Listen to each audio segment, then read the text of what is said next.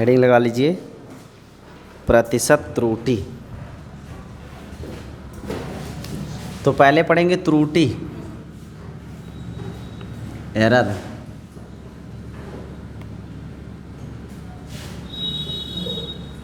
कल मैंने कहा था आप लोग घर से थोड़ा चर्चा करके आइएगा त्रुटि किसे कहते हैं, बताओ। किसी राशि में वर्तमान एवं मापे गए मान के अंतर को त्रुटि कहते हैं। देखो, जैसे हम गलती की बात करें तो जो समाज में जब आप कोई काम करते हो, कोई कार्य आपने किया, तो उस कार्य को लोग अच्छा या बुरा कहते हैं कि ये काम अच्छा किया या ये काम बुरा किया, कहते हैं कि नहीं कहते हैं? ऐसा क्यों कहते हैं? क्योंकि हमारे पास सोसाइटी में क्या है, आइडियल्स हैं, आदर्श हैं। उन आदर्शों के अनुसार अगर आप आचरण कर रहे हो तो आपके कर्म अच्छे माने जाएंगे, और अगर उन आदर्शों के विरुद्ध आप कार्य कर रहे हो तो आपके कार्य अच्छे नहीं माने जाएंगे, उन्हें कहेंगे ये गलत कार्य है। जैसे कोई भूखा है, उसे भोजन आप खिला रहे हो तो ये कहा जाएगा कि आपने अच्छा कार्य किया।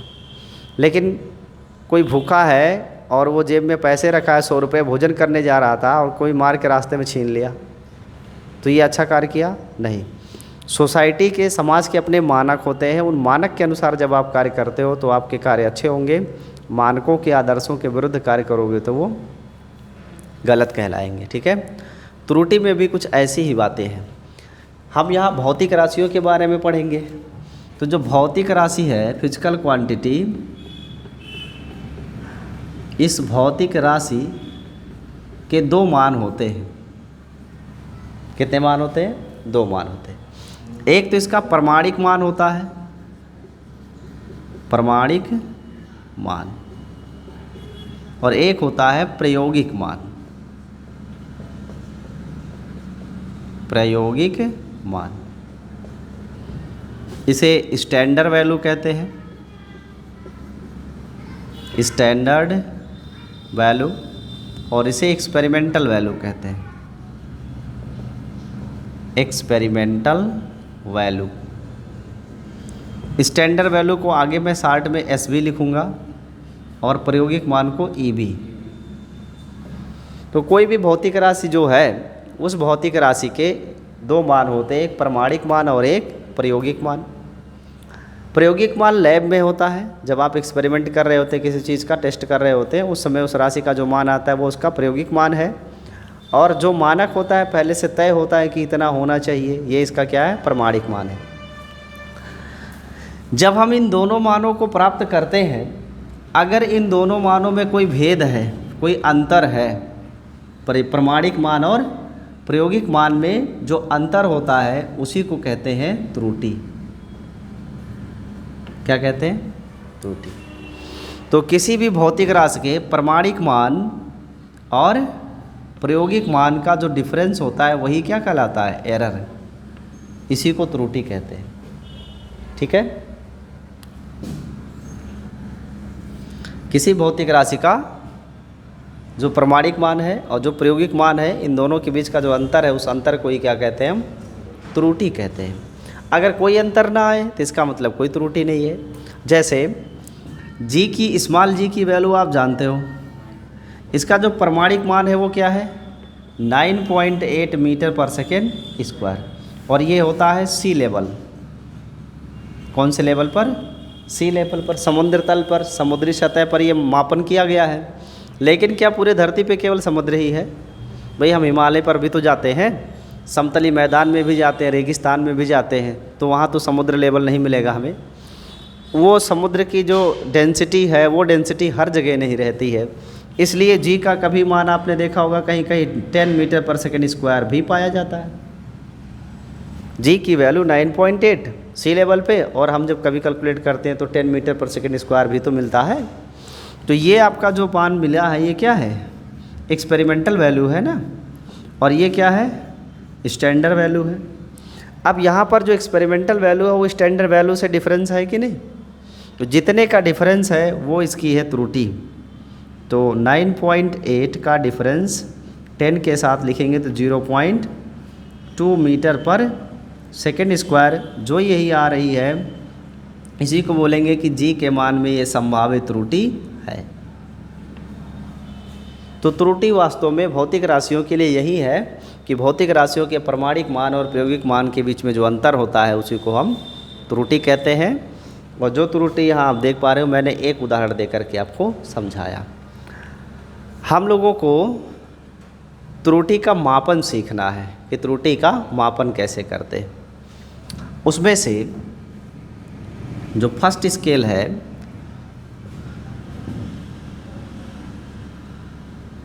निरपेक्ष त्रुटि, पहला पॉइंट है निरपेक्ष त्रुटि, एब्सोल्यूट एरर, एब्सोल्यूट एरर, निरपेक्ष त्रुटि। तो निरपेक्ष त्रुटि यही है जो किसी राशि के स्टैंडर्ड वैल्यू और एक्सपेरिमेंटल वैल्यू का डिफरेंस होता है, उसी को कहते हैं हम निरपेक्ष त्रुटि। फिर इसके बाद होता है आपेक्षिक त्रुटि। कौन सी त्रुटि? आपेक्षिक त्रुटि। इसे कहते हैं रिलेटिव एरर, रिलेटिव एरर। जो आपेक्षिक त्रुटि है ये क्या चीज़ होती है? मान लो कई राशियां हैं आपके पास A1, A2, A3 dot dot AN।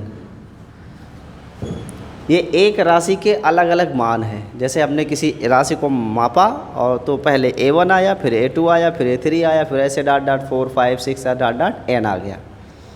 इन सभी का हम मध्यमान निकाल सकते हैं, औसत मान निकाल सकते हैं। तो इसका एवरेज वैल्यू हम लें तो मान लो जो इसका औसत मान है वह औसत मान है AI। औसत मान क्या है? A। सो डेल्टा A जब निकालेंगे तो AI में से A1 घटाएंगे, ये आपका निरपेक्ष त्रुटि हो जाएगा। लेकिन जब हम इसकी मॉड वैल्यू लेंगे इसी को बोलेंगे आपेक्षिक त्रुटि। ये डेल्टा A1 है, डेल्टा A2 ज्ञात करोगे सेम ऐसे AI minus A2, delta A3 ज्ञात करेंगे AI minus A3, delta A4 ज्ञात करेंगे AI minus A4 dot dot and so on.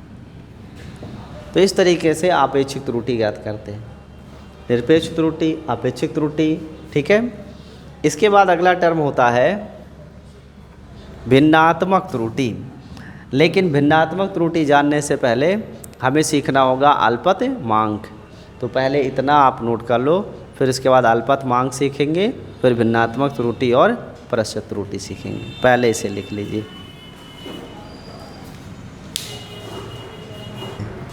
जो डेल्टा देख रहे हो ना, इसके पहले की वैल्यू देखो। इसमें जो ये आप दो खड़ी रेखाएं देख रहे हैं इसे मॉडुलस कहा जाता है। क्या कहते हैं?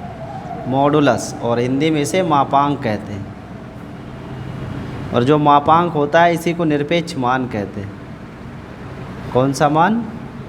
निरपेक्ष मान। और ये निरपेक्ष मान सदा क्या होता है? धनात्मक। कभी भी ये मान ऋणात्मक नहीं होता, सदैव धनात्मक होता है। ठीक है। अब इसके आगे चलते हैं। अगला हेडिंग लगा लो आप अल्पतमांक। अल्पतमांक, लीस्ट काउंट।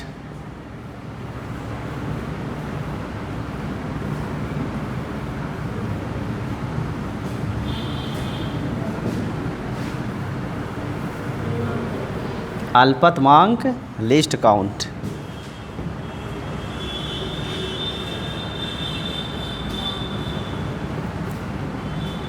लीस्ट काउंट लिखो। किसी भौतिक राशि का अल्पतमांक, किसी भौतिक राशि का अल्पतमांक, किसी भौतिक राशि का अल्पतमांक उस भौतिक राशि की गणना में, उस भौतिक राशि की गणना में होने वाली संभावित त्रुटि, भौतिक राशि की गणना में होने वाली संभावित त्रुटि को व्यक्त करता है।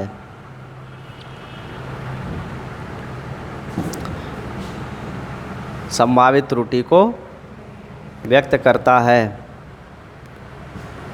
ठीक है, दूसरे लाइन से लिखिए, अल्पतमांक ज्ञात करने के लिए,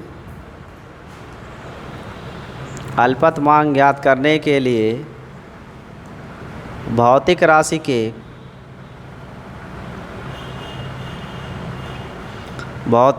के प्रत्येक अंकों के स्थान पर शून्य, प्रत्येक अंकों के स्थान पर शून्य और अंतिम अंक के स्थान पर 1 लिख दिया जाता है। 1 लिखा जाता है।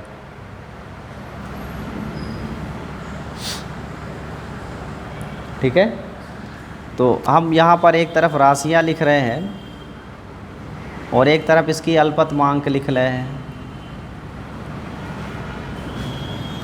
अल्पतमांक, मान लो कोई राशि x है तो इसकी अल्पतमांक को हम हमेशा डेल्टा से लिखेंगे, डेल्टा x। मान लीजिए हमने कोई राशि लिखा है 125, भौतिक राशि है तो मात्रक के साथ जोड़ना पड़ेगा, तो हम मान लो मीटर लिख दिए, 125 मीटर। अगर हम पूछे इसकी अल्पतमांक क्या है तो क्या लिखोगे, सभी अंकों की जगह 0 और आखिरी वाले अंक की जगह 1, तो हो जाएगा 0 0 1 मीटर, या आप इसे सीधा कह सकते हो 1 मीटर, ऐसे तो बोल सकते हैं, 1 मीटर कह सकते हैं। फिर मान लो किसी वस्तु के लिए द्रव्यमान दिया है 2045 किलोग्राम, तो इसकी अल्पतमांक कैसे लिखोगे, सभी अंकों की जगह 0 और आखिरी वाले अंक की जगह 1, तो 0 0 0 1 kg, अर्थात 1 kg मिलेगा हमको। अगर हम मान लो इस राशि को ऐसे लिख दें 1.25 मीटर, तब अल्पतमांक की वैल्यू क्या होगी, इसकी अल्पतमांक वैल्यू होगी 0, जहाँ पॉइंट है वहीं रहेगा, बाकी अंक के लिए 0 और आखिरी वाले अंक की जगह 1 लिखेंगे। अगर ये द्रव्यमान 204.5 किलोग्राम होता तो 0.1 kg, या सिर्फ लिख सकते हैं 0.1 kg। तो इस तरीके से हम किसी एक दी गई भौतिक राशि के लिए अल्पतमांक को ज्ञात कर सकते हैं। ये जानकारी स्पष्ट है, ये अल्पतमांक ज्ञात करने की विधि है। ठीक है, अल्पतमांक बताता क्या है, देखो जो अल्पतमांक डेल्टा यस है ये बताता है कि जो इसका एक्सपेरिमेंटल वैल्यू होगा वह डेल्टा यक्स या तो ज़्यादा होगा प्लस में जाएगा, या डेल्टा यक्स माइनस में जाएगा। यानी कोई भौतिक राशि जब हम मापन करेंगे, जैसे कि मान लो 125 मीटर है, इसका हम मापन करेंगे तो या तो 125 मीटर में 1 मीटर ज़्यादा होने की संभावना है, या तो 125 मीटर में 1 मीटर कम होने की संभावना है।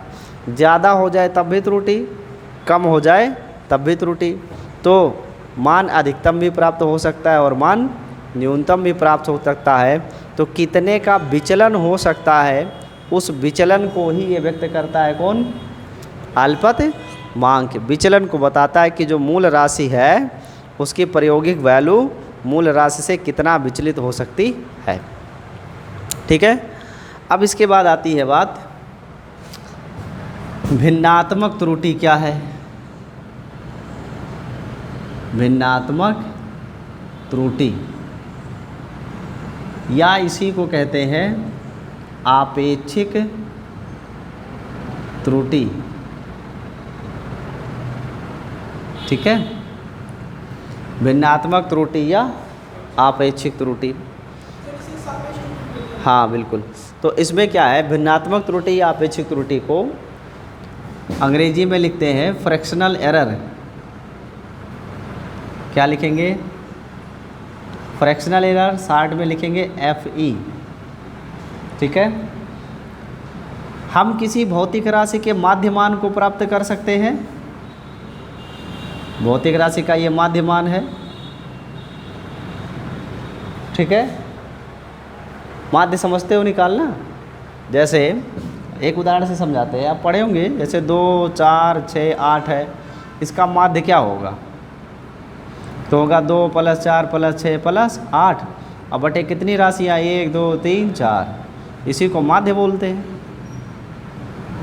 तो 2, 4, 6, 6, 12, 8, 20/4 का आ गया माध्य क्या? 5। इसी को माध्य कहते हैं। तो जो राशियाँ दी जाएंगी उन राशियों के में से हम कई मान निकालेंगे, उन मानों का क्या लेंगे? माध्य मान। ठीक है। और इनका अपना एक होगा निरपेक्ष मान, जिसे माड में लिखते हैं ऐसे, निरपेक्ष मान। ये आपको मैंने बता दिया, एक माध्यमान और एक क्या है? निरपेक्ष मान। तो जो भिन्नात्मक त्रुटि है, फ्रैक्शनल एरर, ये वास्तव में निरपेक्ष मान, यानी अंग्रेजी में बोले तो एब्सोल्यूट वैल्यू और बटे मीन वैल्यू, मीन वैल्यू, इन्हीं का अनुपात होता है। किसका किसका अनुपात है भाई? भिन्नात्मक त्रुटि, निरपेक्ष मान और माध्य मान का अनुपात ही कहलाता है भिन्नात्मक त्रुटि। या इसे ऐसे लिख सकते हैं, माड ΔA/A का माध्य। ये देखने में फॉर्मूला कॉम्प्लेक्स लग रहा है, कॉम्प्लेक्स लग रहा है ना। इसको और सिंपल ऐसे लिखते हैं कि मान लो हमारे पास जो राशि है वो क्या है? x। राशि क्या है? x। इसके लिए निरपेक्ष मान लिया हमने, क्या है? ΔX। राशि है x, इसका निरपेक्ष मान क्या है? ΔX है। तो भिन्नात्मक त्रुटि क्या होगी? फ्रैक्शनल एरर होगा ΔX/x।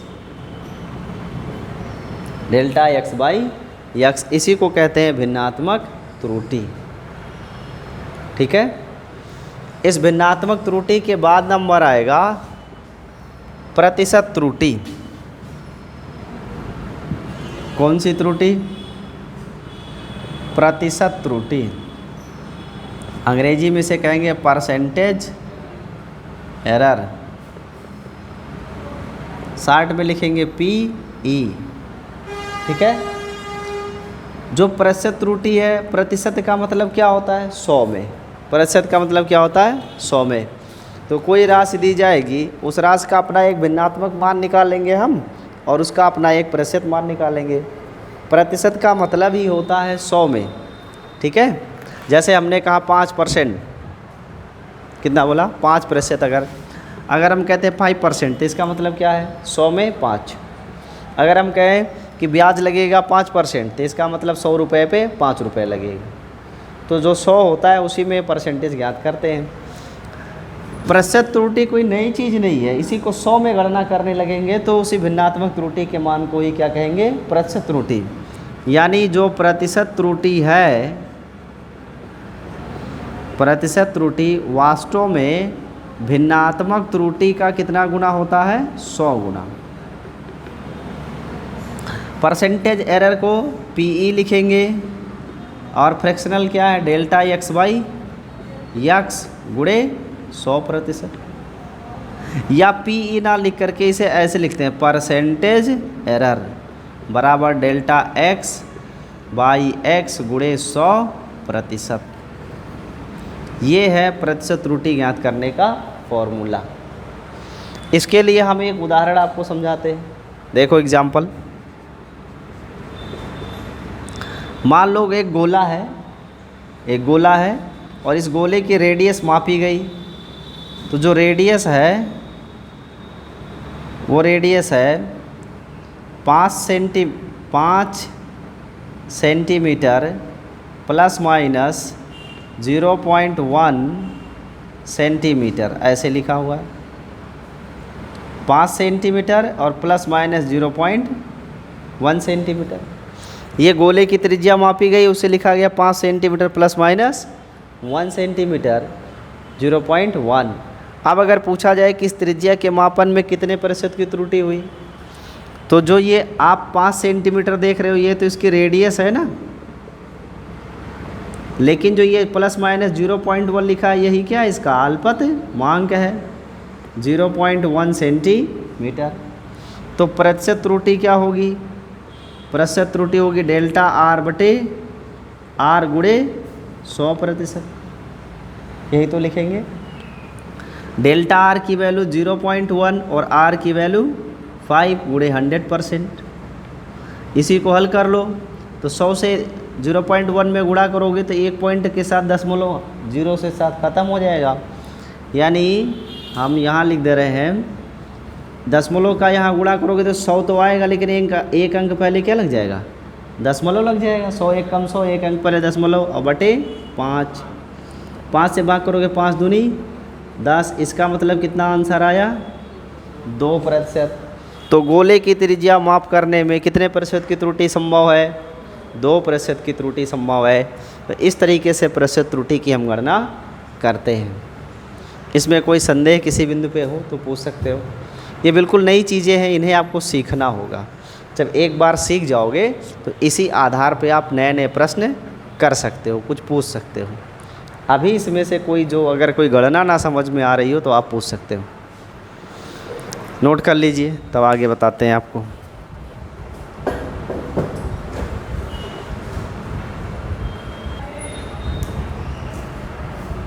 जोड़ तथा घटाने में त्रुटि, जोड़ तथा घटाने में त्रुटि, इसे संकलन और व्यवकलन कहते हैं। संकलन व्यवकलन में त्रुटि, ठीक है। थोड़ा सुन लो इसके बारे में, तब उसके बाद लिखिए। देखो, आपको मैंने पढ़ाया था कि 7 मूल राशियां होती है, और उन 7 मूल राशियों के अलावा जितनी भी राशियां हैं वो सब क्या हैं, व्युत्पन्न राशियां हैं। तो जो राशियां व्युत्पन्न की जाती हैं उन राशियों में तो कोई एक ही राशि थोड़ी ना होती है, वो कई राशियों का एक समूह होता है। जैसे अगर हम वेग की बात करें तो वेग में विस्थापन और समय 2 राशि ली जाती है। बल की बात करें तो उसमें द्रव्यमान भी आता है, त्वरण भी आएगा। तो जो भी राशियां हम व्युत्पन्न करते हैं वास्तव में वो सभी राशियां कई राशियों का एक पैकेट होती है, समूह होती है। तो जब हम कहते हैं कि समाकलन या व्यवकलन, तो कोई राशि मान लो 2 राशियों को जोड़ने से प्राप्त हुई, या हो सकता है कोई राशि 2 से अधिक राशियों को जोड़ने से मिल रही हो। घटाने पर भी वही घटना हो सकती है। कहने का तात्पर्य ये है कि मान लो हमारे पास 3 राशियां हैं ए, बी और सी। अब इनको हम जोड़ेंगे, इनका योग करेंगे, तो मान लो योगफल क्या आया, y। तो इसका मतलब है कि y बराबर होगा a प्लस बी प्लस सी। इन तीनों को जोड़ने से ही हमें y प्राप्त हुआ है। अब अगर हम कहते हो कि y के मान में प्रतिशत त्रुटि क्या है, परसेंटेज एरर इन y, तो अगर इन 3 राशियों के योगफल का परिणाम y है तो y के मान में जो प्रतिशत त्रुटि होगी वो इन तीनों राशियों की प्रतिशत त्रुटियों के योग के बराबर होगी। Percentage error of A plus percentage error of B plus percentage error of C. तो ये y जो है वो इन 3 राशियों के योग से मिली है। इसलिए अगर पूछा गया y में प्रतिशत त्रुटि बताओ, तो y में प्रतिशत त्रुटि निकालने के लिए इन तीनों राशियों की प्रतिशत त्रुटियों को आपस में जोड़ देंगे, जो आएगा वो योगफल में प्रतिशत त्रुटि हो जाएगा। इसे डेल्टा के टर्म में भी लिख सकते हैं। कैसे, y के लिए डेल्टा y बटे y गुणा 100%, ऐसे भी लिख सकते हैं। a के लिए प्रतिशत त्रुटि को क्या लिख सकते हैं, डेल्टा a बटे a गुणे 100%। b के लिए क्या लिख सकते हो, डेल्टा b बाई b गुणे 100%। c के लिए डेल्टा c बाई c गुणे 100%, ऐसे तो लिख सकते हैं। तो प्रतिशत त्रुटि ऐसे भी ज्ञात कर सकते हो, ऐसे भी ज्ञात कर सकते हो। एक उदाहरण मैं आपको बताता हूँ। उदाहरण ये है, किसी राशि y का मान सूत्र y बराबर a plus B plus C plus D से प्राप्त होता है, डी से प्राप्त होता है। यदि a कामा बी कामा सी तथा डी के मापन में त्रुटियां क्रमशः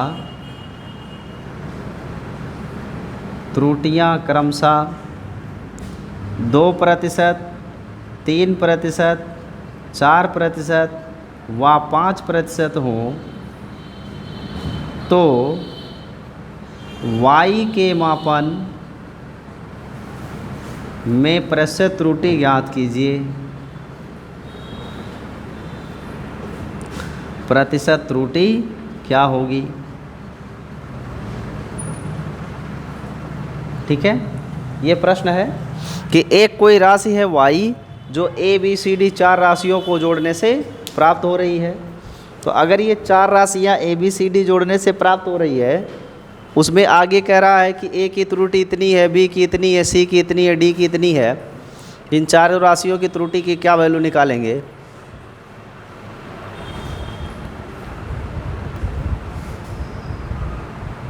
तो यहाँ पे जो प्रश्न है वो क्या है कि कोई राशि y है और इस राशि का मापन किया गया किस सूत्र से? a plus B plus C plus D से। इसमें a b c d जो राशियाँ हैं इनके मान में त्रुटियाँ हमको क्रमशः दी गई है, 2%, 3%, 4% व 5% की त्रुटि दी गई है।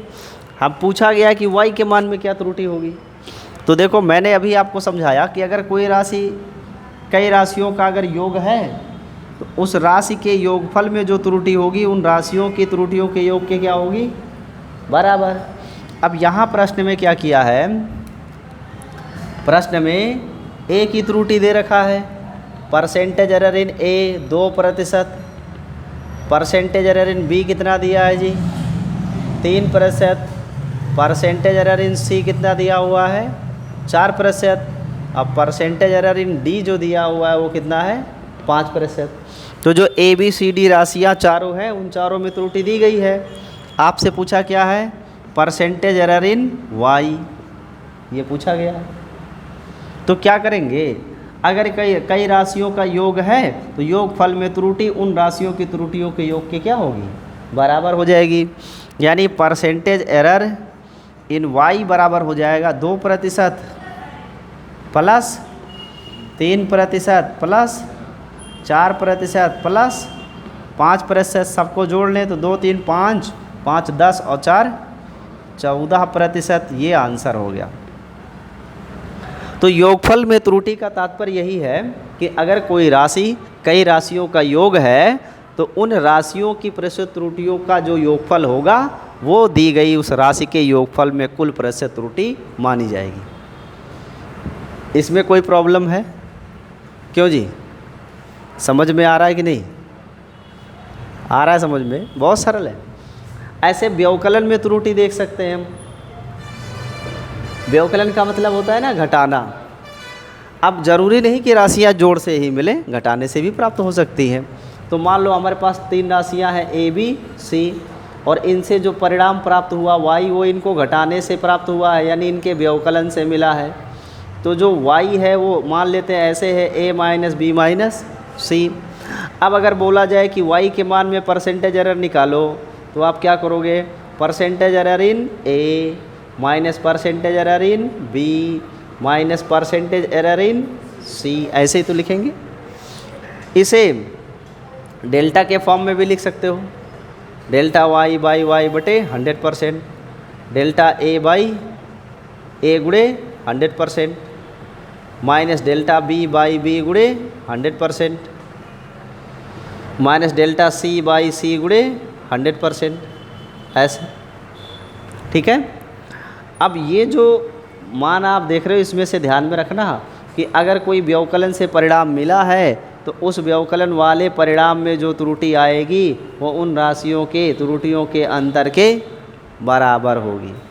जैसे यही प्रश्न ले लेते हम जो यहाँ लिखा हुआ है, थोड़ा सा बदलाव करके लिखते हैं।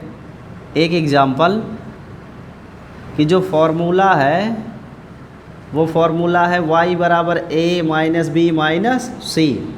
और मान लो दिया गया है क्या कि a में प्रतिशत त्रुटि 8% की है, b में प्रतिशत त्रुटि 3% की है और c में प्रतिशत त्रुटि 2% की है। और आपसे मैंने पूछा कि बताओ y में प्रतिशत त्रुटि कितनी होगी। जो सूत्र प्रयोग किया गया वो a माइनस बी माइनस सी प्रयोग किया गया। a के मान में त्रुटि, b के मान में त्रुटि, c के मान में त्रुटि दी गई है। आपसे पूछा है y के मान में क्या त्रुटि होगी।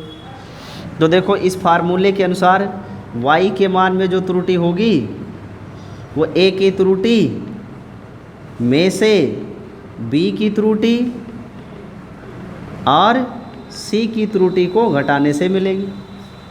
तो यहाँ a की त्रुटि कितनी है भाई 8%, माइनस b की त्रुटि कितनी है 3%, c की त्रुटि कितनी है 2%।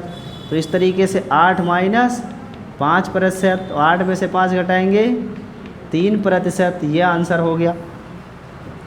तो ये है योग और व्यवकलन में त्रुटि। अगर कई राशियों को जोड़कर कोई राशि प्राप्त की गई है तो उस राशि के योगफल में जो त्रुटि होगी उन दी गई राशियों की त्रुटियों के योग के बराबर होगी। और अगर कोई राशि कई राशियों के अंतर से मिली है तो उस राशि के व्यवकलन में जो त्रुटि आएगी वो उन राशियों के अंतर की त्रुटियों के बराबर। जो त्रुटियां दी जाएंगी उनका अंतर आप निकाल लो, वही आंसर हो जाएगा। तो इन उदाहरणों से ये बात स्पष्ट हो गई होगी। ये है संकलन और व्यवकलन में त्रुटि। अगला स्टेप पढ़ेंगे हम गुणन में और भागफल में त्रुटि। पहले इसे नोट कर लीजिए फिर बताते हैं।